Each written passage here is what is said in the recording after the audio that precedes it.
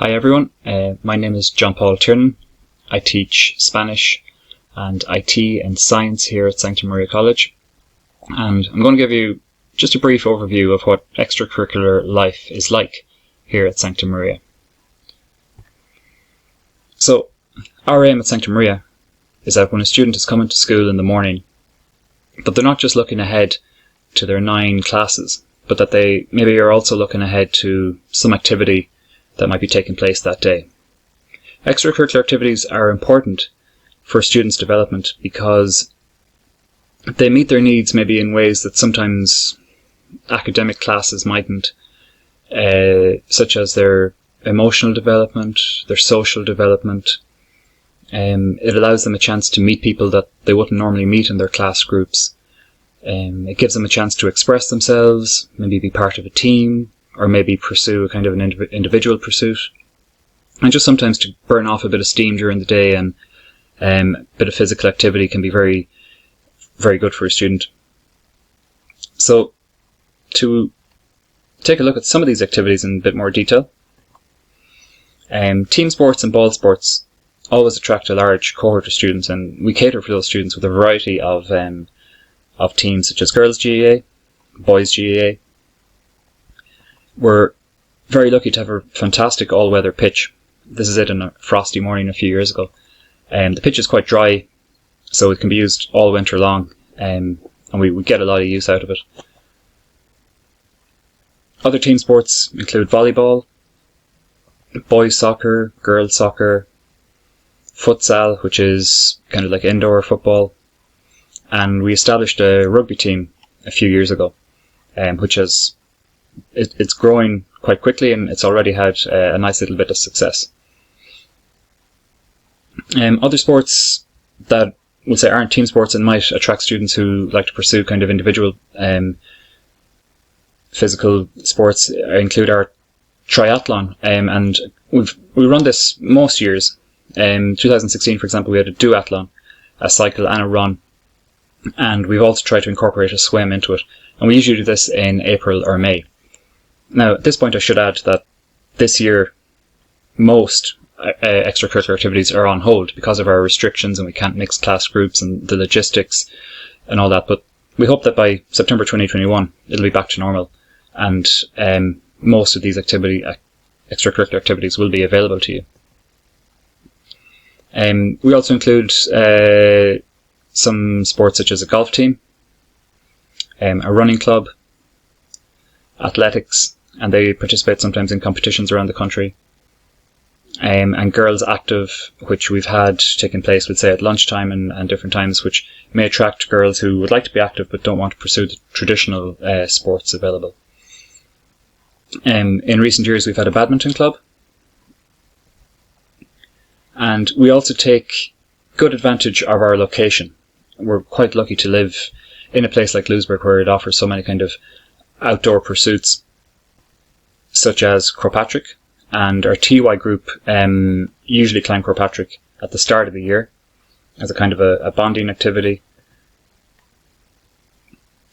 We've completed orienteering in areas around Louisburgh in the past, and we have a very active Green Schools committee, and they take advantage of our school garden, which is at the rear of our football pitch.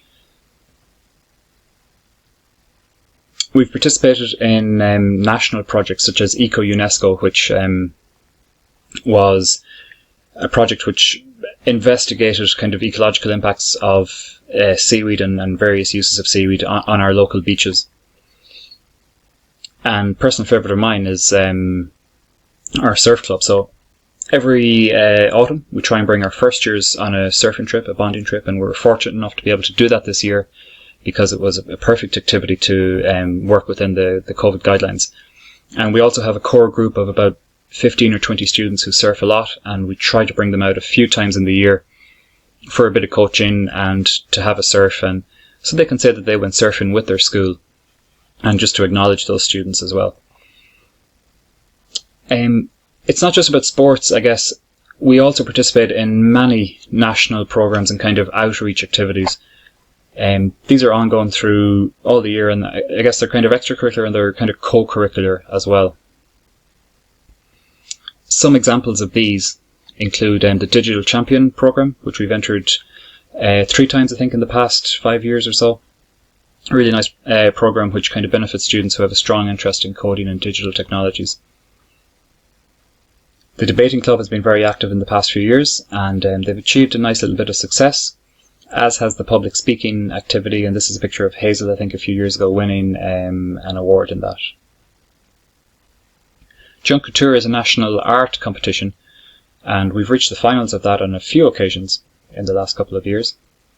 Goshka Award benefits students who like to set themselves a challenge, and we've been participating in that, as well as the Jump All the Second Awards as well. Corlin and Og is Mayo Youth Council, and we have an active membership in that. And I suppose that brings me to rainy day activities as well. So a lot of the activities I've outlined are group activities, but sometimes students would like something that's a little bit more low-key maybe, or maybe somewhere to go at lunchtime to meet other people. And to meet those needs, we have occasionally a lunchtime board game club. We've had this in the past few years. A film club. We've participated in the Kesht Schools Bake Off, which attracted students who were very interested and very competent in making food and baking, etc. At this point, I might add as well that with these activities, they don't all run at the same time, and it depends on, firstly, if there's a demand there for the students, and secondly, if we have a staff member available and free at that time to be able to take the students. And we're really lucky here at Sanctum Maria that we have really dedicated staff who really take a strong interest in extracurricular activities and put loads of time into it. But sometimes these activities, some years they run, some years they don't. But it really comes down to, if the students really want it, we can make it happen generally.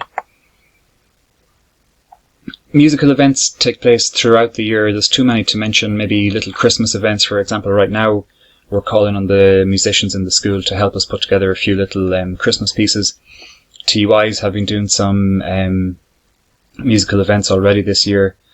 We're really lucky as well in Lisburg. We've a large cohort of students who play music and who play really well. And there are really multiple occasions during the year when they get to perform for us. And we have an active choir as well, which again, at multiple times during the year, especially at Christmas time, for example, they get together and perform. And that brings us to one of the highlights of the year in Sanctum Maria. And this is something that kind of gets more important as you progress through the years, and it's a big deal for the transition years every year, but this is the school musical, which normally takes place at the end of January or beginning of February.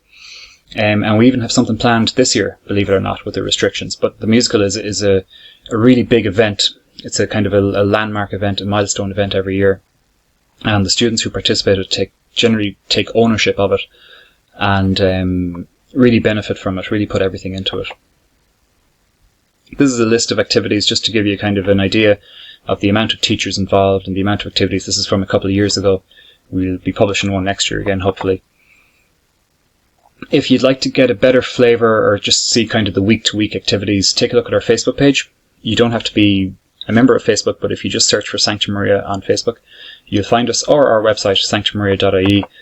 There's really so much happening in the school, it's hard to keep on top of it, but if you take a look through those two places, you'll kind of get a better flavour of extracurricular activities. So I hope you enjoyed the rest of the enrolment event, the virtual event, and perhaps we'll see you next year. Okay, so thank you very much.